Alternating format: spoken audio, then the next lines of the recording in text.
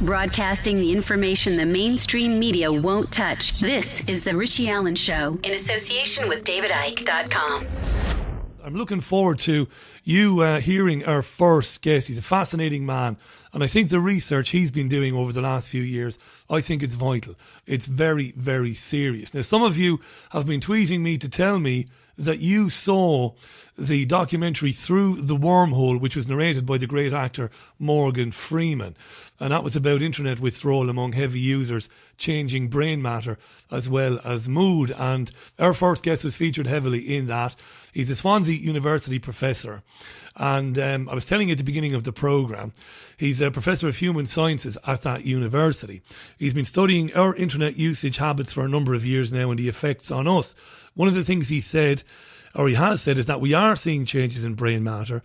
He's also talked about our heart rate going up, blood pressure going up, and that long-term exposure to the net might be placing a strain on people's physiology. I'm delighted that he stuck around, probably after a difficult day, to speak to us.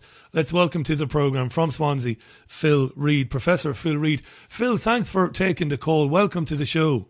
Thank you very much, Richie, and thanks very much for having me on the show. It's brilliant stuff, Phil. It's serious research. And do you know the most common question I was asked to put to you today was, in light of that documentary you appeared in with Morgan Freeman, what have governments, what have health authorities done about the revelations made by your study? Now, I know your study was done in conjunction with another university. How seriously has this been taken, Phil?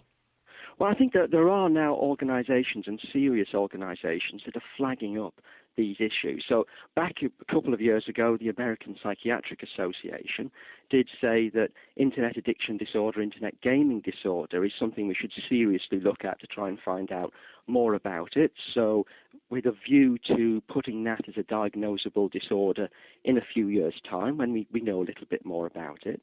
The Organisation for Economic and Development and Cooperation, in a very large-scale study with thousands and thousands of people over 19 countries, has demonstrated that those countries that have invested most heavily in IT for their schools, their kids have shown the smallest improvement in educational standards. And finally, the European Commission the European Social Commission, has now recognized that electromagnetic hypersensitivity, that's a kind of a Wi-Fi sickness, is causing people distress. So these are major, serious organizations that are flagging up that we do have a problem with technology, and the real difficulty for them and for all of us is we don't quite know what it is yet that we're dealing with. We know that people suffer from an internet addiction problem. We know that people report that they suffer from EHS, electromagnetic hypersensitivity, as a result from exposure to Wi-Fi. But we don't really know the precise causes. And until we do, it's very difficult to make the progress that we need to. Phil, did you just say a couple of seconds ago that schools that invested heavily in IT equipment, that basically they didn't show so much of an increase in performance and in intelligence of the students, that in fact that was negligible? Is that right? That's right. This is a big study by the, as I said, the Organisation for Economic Cooperation and Development. So this is a major, serious organisation. And this was a worldwide study across countries, showing that those countries that had invested most heavily in IT in their schools had shown the least progress academically. They were suggesting that it was partly a result of the effects of the internet, where kids are kind of distracted. They did even go so far as to say that people are truanting as a consequence of their internet use. So this is becoming a major issue that we do need to get to grips with. Now, I'm not saying that the internet's a bad thing or that IT is a bad thing. What I am saying is it has caused problems, and we do need to recognize those. Just like we would say, look, alcohol does cause problems for some people. It doesn't mean we want to ban it, but we have to recognize those dangers and learn how to live with it. Tell us about changes in brain matter, because it doesn't get any more serious than that. One of the things I definitely will not do here or any other programme is sensationalise anything. But I'm just going by what you found. changes to brain matter, Phil. I mean, that's got to be incredibly serious. Well, yeah, I mean, I should sort of preface those remarks with saying that pretty much anything you do will change the structure of your brain. The brain adapts itself to the environment that it's in. So that doesn't come as a big surprise.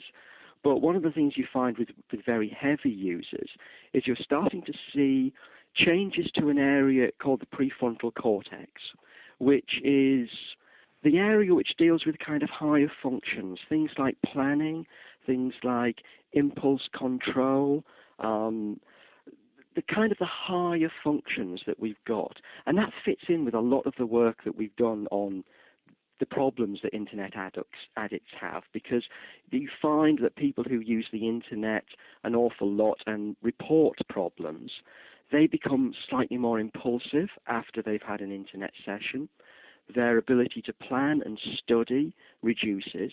So both the neurophysiology and the neurology and the psychological experiments here are beginning to cohere and point to a problem that the internet is perhaps reducing our ability to plan, to control ourselves in the way that we would really like to. Wow. I got to ask you, we're getting loads of tweets on this, unsurprisingly. We're a live show. We're broadcasting, of course, across the UK on Fab Radio 2, ACR. And I've got to mention this because a load of people ask me about this. I did mention yesterday, Phil, we go down roads that maybe other programmes don't go down, but that's fine. You will say what you want to say and you will believe what you want to believe. Delighted that you're on the programme, though. What about what this does to the attention spans of children and of people? Yeah, I mean, I think the general view is that the way in which you use the internet has the most impact. It's not just the length of time you spend on the internet. That's just one factor. It's how you're using it. Most studies have tended to show that the more you're on the internet doing things which you're getting immediate feedback for, very, very rapid responses to your questions, that tends to reduce your ability to tolerate delays.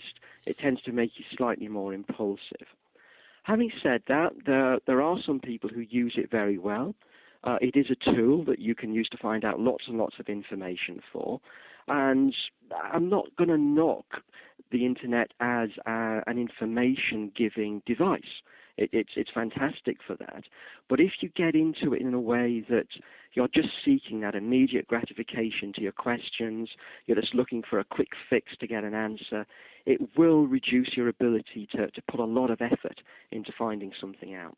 And it also could be said it'll ultimately impact on your ability to understand the world around you, to understand the world economically, to understand it geopolitically.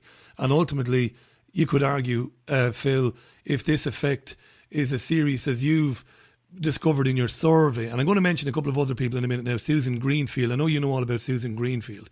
Yeah. And I'm going to read you a couple of quotes from her.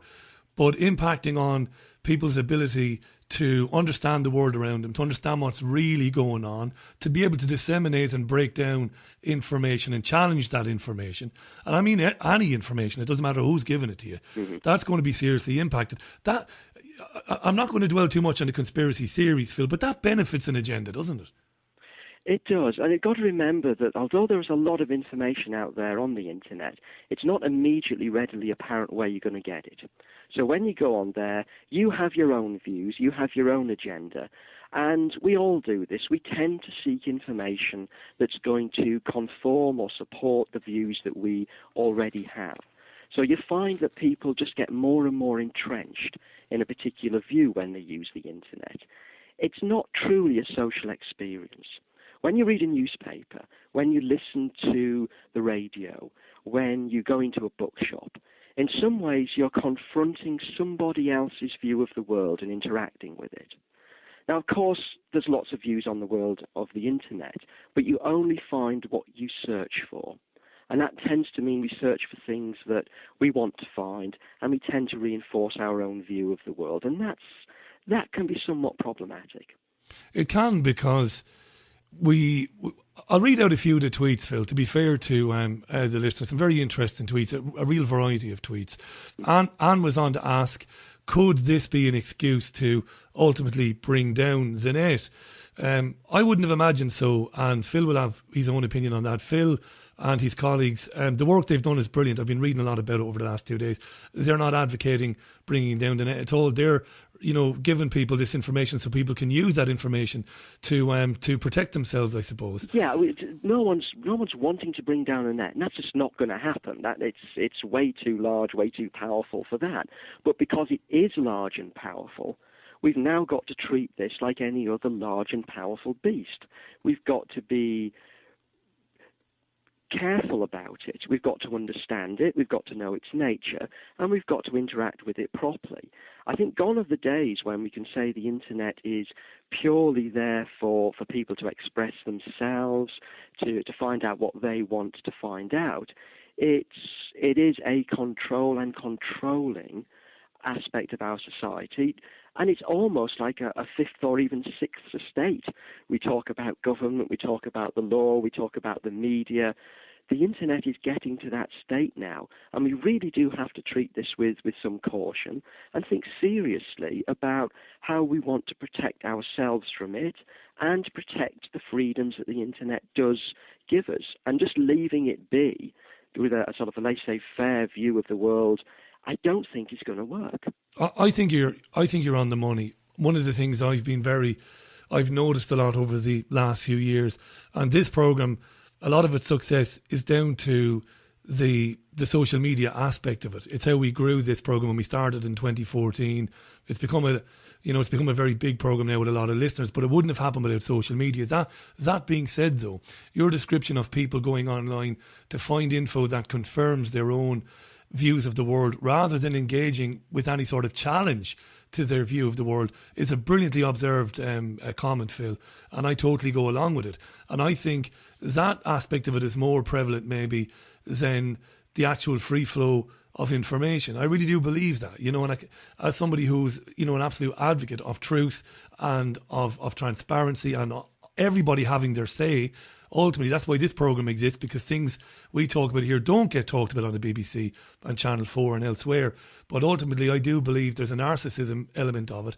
And I have the suspicion, Phil, and I hinted at this when we spoke yesterday, is that this serves an agenda, to keep people insulated, to keep them insular, to keep them looking inwards, selfish. I really do believe that aspect of it. Zana is in New Zealand listening to this and says, Richie, ask Phil to clarify if the usage he's talking about is social media, internet gamers, internet chat, researchers, recreational, etc. Now, Phil, you did a lot of looking into gamers, didn't you? Yeah, that's a very good point. And the type of use you put the internet to has a big effect on what's going to happen to you. Now, it's becoming increasingly clear that when we talk about internet addiction, we're not talking about people who spend 8 hours a day or 12 hours a day on a call centre or answering emails at work, and then they can turn the wretched thing off and walk away from it and not bother with it. It's not those people. Gaming is a problem for some people, and that's one of the major concerns that the American Psychiatric Association has. But that's slightly different from social media. And we're using this term internet, as one of your listeners has pointed out, very, very broadly. The truth is we don't quite know what the different effects of these different uses are. Gamers, we know, tend to be socially isolated in the real sense. They have lots of online contacts, and some of them will play in gaming cafes, and that's great. But for many of them, it is quite socially isolating. It affects sleep, it affects job performance in a very similar way to heavy gambling. And that's true, and a lot is known about that. The social media is actually quite different. You're not talking about someone who switches their PC on at 6 o'clock in the evening and plays through till 8 o'clock the next morning. You're talking about people who will be constantly just checking. There's kind of hyper-vigilance. As someone tweeted me, have I got an Instagram? Have I got a message?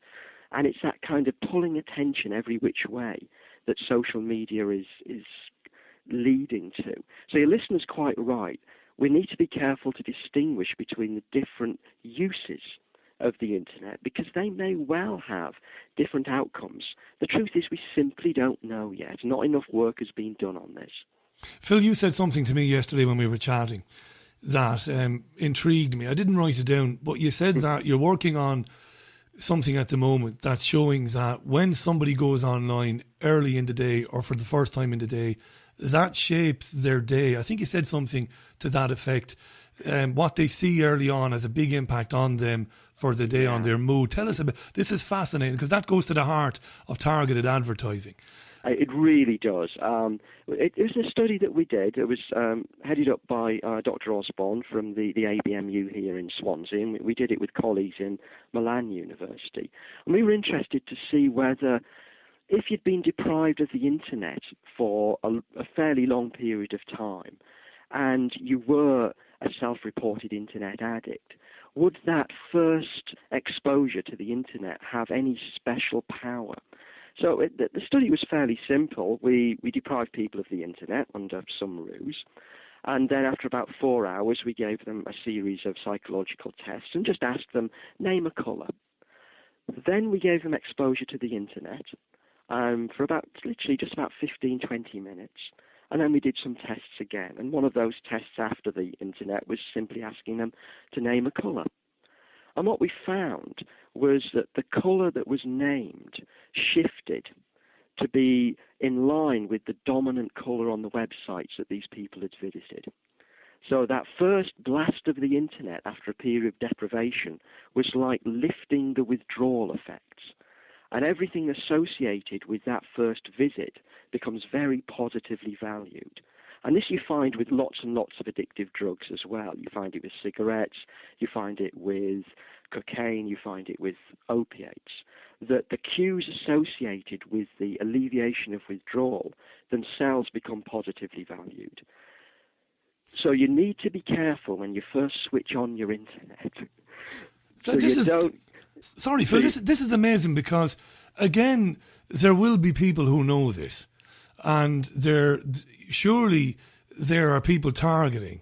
You know, we know how sophisticated those who write algorithms and those who write code are today, and it's got to be very simple for them to be aware of that and to know when it is you're going online and to hit you with whatever it is they want to hit you with. Now that could be a corporation, it could be a company, it could be a child's toy manufacturer, or it could be your government. It could be anybody. Yeah. And I think the more that we're aware of this, the more that we can actually begin to exert some control over ourselves and take back some control over our use of the internet. The internet is not going away. This is a part of our lives. We're in a digital world and there's no turning back from that now. So we've got to be the masters of that digital world rather than have it master us. The more information we can get, the more aware we are of these things, then the better we can deal with them. And as going back to what you were saying before, nobody is advocating the suppression of the internet, certainly not in this country. There are countries where that happens. This is not one of them.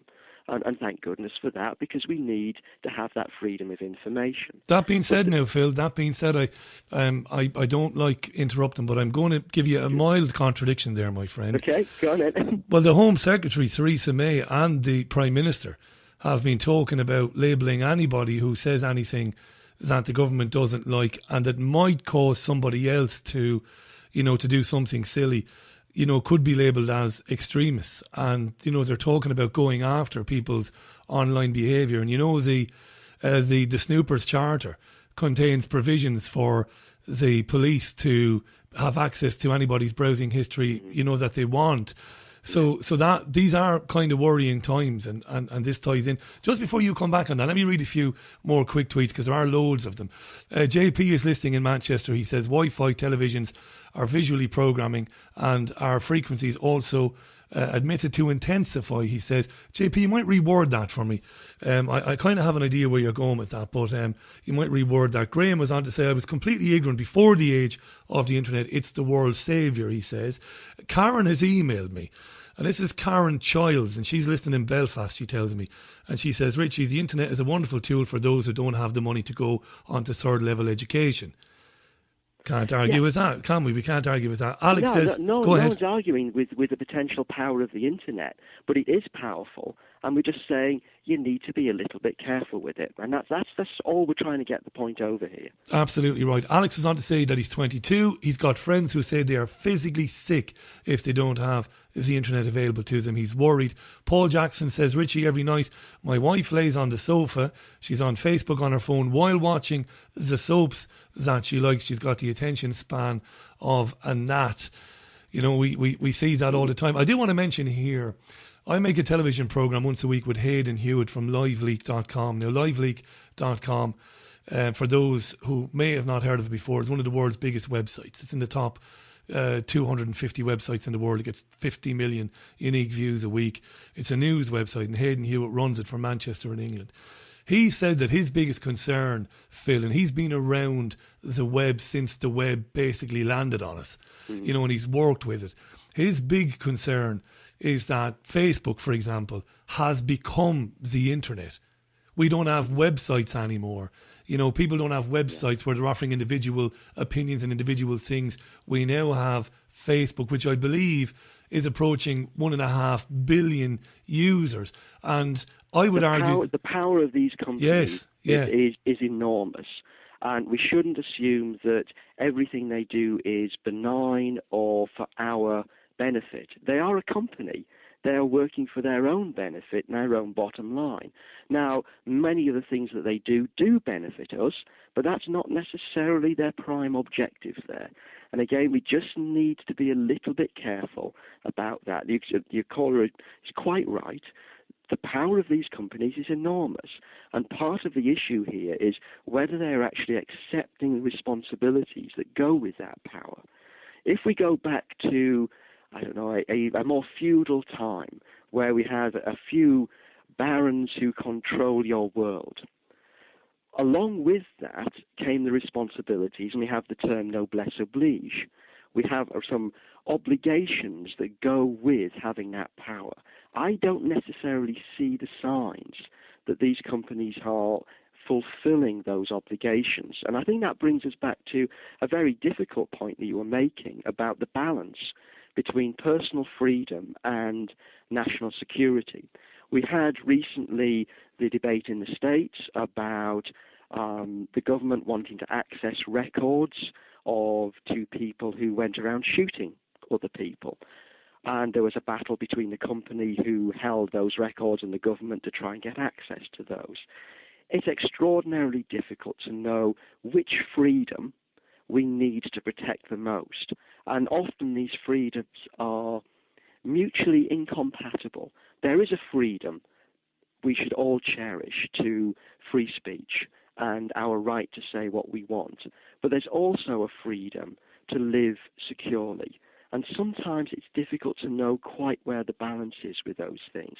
I don't really think anybody has the right answer for that, but at least we can talk about it, and at least we can debate these things, and at least we are living in a country where if the government wants to do something like that, we have a chance to say we like it, we don't like it, it has this problem, it doesn't have this problem. I don't have the right answer. I'm sure no one has the right answer to that. I don't think either side of this has a clear-cut case to make, and it's going to mean some compromise on either side. We got about 5-10 minutes max left on this, Phil. Loads and loads of tweets and loads of questions. We've got some suspicious old listeners out there. They want to know who funded the study, who funded the studies, or who sponsored it. The study was not funded by any external agencies. So the fundings came through the universities of Swansea and the universities of Milan. University of Swansea and Milan, there you go. Yeah, there was no external funding associated with these studies whatsoever. Got to mention Susan Greenfield here. She wrote a book called Mind Change, published not long ago, I reckon, a couple of years ago maybe. And it's some of the things she says in the book, they echo the findings of your study. Very strong stuff, though, that she has to say. She says the mid-21st century mind might almost be infantilized, characterized by short attention spans, sensationalism, inability to empathize, and a shaky sense of identity. She goes on to say, let me just flick over here. that already it's pretty clear that the screen-based two-dimensional world that so many teenagers and a growing number of adults choose to inhabit is producing changes in behaviour. Attention spans are shorter, personal communication skills are reduced, and there's a marked reduction in the ability to think abstractly. These are extraordinary claims. Infantilised, lack of empathy. I mentioned to you yesterday Barry Trower. Now, Barry was a Royal Navy weapons researcher for years, and he looked into microwave weapons and Wi-Fi. And you mentioned Wi-Fi earlier on. And Barry makes some very, very, very strong claims about what Wi-Fi can do to people, the illnesses it can bring about in people, the lack of sleep, sicknesses. I'm going to put it to you, Phil. I put my cards on the table yesterday. I believe it's intended. I'm going to say that straight up. I cannot believe, and I know you're going to give me the incompetence argument, and I will shut up and let you make that. I cannot believe, Phil, that those sorts of consequences would not have been foreseen and would not have been deliberate. I mean, you're quite right. I'm going to probably come back here with the incompetence argument. And it's the notion that you're attributing a lot of foresight here to people to be able to control a very large and very diffuse form of communication. I'm not sure anybody has really the competence or the power to be able to do that. So I'm not really buying the notion that all of these consequences are intended. I think people know about the negative consequences in a way that they know about the negative consequences of, say, cigarette smoking, but that's not going to trouble the firms who are profiting on the basis of that too much, because they're profiting. And it's not until we as a society, through our government, decide to look very strongly at the rights of companies who run the internet and the rights of the individuals who are exposed to the internet, that we're going to find some kind of balance here. And it will be a balance. We're going to have to give up some of those freedoms in order to get other freedoms from that kind of problems the internet produce. It's enormously difficult. We do need more research on the topic to find out exactly what effects these have. Wi-Fi is one of the things that's just coming onto the radar. As I said before, the European Economic and Social Committee have now accepted the fact that many people feel distress because they attribute that to exposure to Wi-Fi. We don't know the true causes of that yet, but at least it's been established that there are people who do feel distressed because of it. This is a palpable thing. Well, we live in a world, Phil. I got to interrupt you there because we live in a world. You're speaking to a radio program tonight. It's a very unique radio program. We're not in the habit of bragging here, but we're unique. we're independent. We have a large audience abroad and here. You will not get any discussion, Phil, on mainstream television or radio about the effects of Wi-Fi. A guy like Barry Trower, who spent years at the Royal Navy as a weapons researcher, should be, and the papers Barry has written, should be discussed on national media, but they won't be. This is the level of censorship we have. And I'm always interested when people say, we might have to give up some freedoms in order to preserve this. I can't see it. And I'll make my final point on that it's deliberate manipulation of us, because I really do believe that.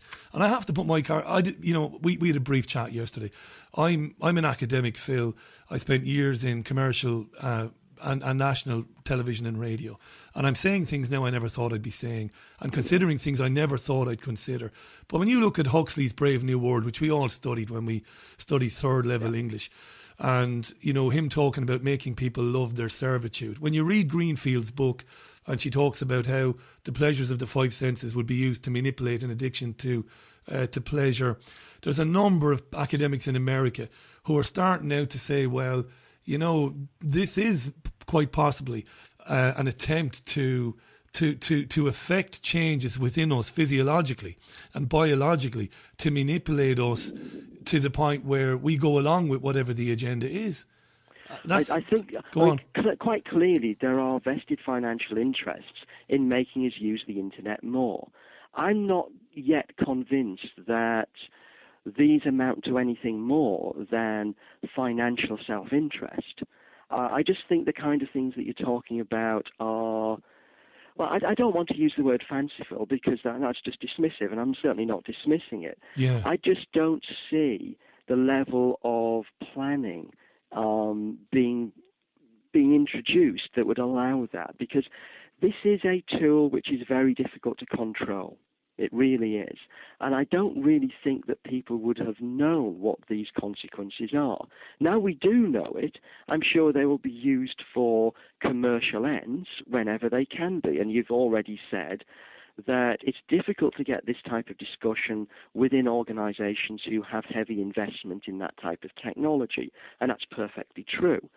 They need to look very carefully as members of the media, as members of an estate of government, about quite where their commitment to knowledge, to news, to education, how strongly they want to commit to that, how strongly they want to commit to being a money-making organization.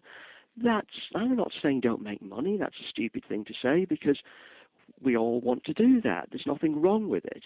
But it's when that gets in the way of some of the other important things that we have in our society. So I'm not necessarily buying this is all intended. I absolutely accept there are bad consequences from the use of the internet. We've been as responsible as anybody else for pointing those things out. And that's absolutely true, and you're right to say that. Whether it's intended or not, or whether that's a helpful thing to say in terms of promoting the research and debate about it, I don't know yet. I really don't. Just finally on that, Phil, because it's so important to, particularly to this program, and some of the things we've heard from people like Thurs and other people on the program, the building of the smart grid. You see, I look at that, and I look at the fact that all of these smart technologies that are coming out, they're all meant to communicate with one another. We cover quite a lot on the programme, the opposition to smart meters being put into homes. Why would these technologies be designed to specifically communicate with each other, to build this global smart grid, which is what they want to do? It's got to be about surveillance and control, Phil. And I'm going to give you the final word on that. I'm delighted you came on, because regardless of whether you're right or I'm right, the fact is what your study is doing and has done, and what your work continues to do, is show that these are very serious issues and they have serious implications for people's health, which is magnificent, regardless of whether you're right or I'm right. But go back to the smart grid and the speed of that, and the fact they're designed to communicate with one another. I say surveillance and control, Phil. What do you say? It's certainly control. It's certainly enabling the people who we are buying services from to have the upper hand in what we get. What you've got to remember is that everybody listening has the potential to control their own lives, their own destinies. The more control we hand over to anybody else, be it an internet company, be it a company who's installed a smart device in our homes, the less control that we ourselves exert. Now, that might buy us some time, but it will lose us some control. It's just like when you turn your computer on, you can buy very nice packages which will do a lot of your thinking for you, but you will lose that control. And I would go back to my original point. Your decisions are always a trade-off here. Just be aware that the internet is not a benign influence. It does have some downsides. It has some upsides too. You can decide to take the upsides and limit the downsides. Don't just buy into it willy-nilly. Phil, I really enjoyed you coming on the programme. Thank you very much. It was a real pleasure. Very happy to be invited, and wish you all the best. And come back again sometime in the future. Thanks very much, Phil. Thank you very much. Bye for now. That was Professor Phil Reid there.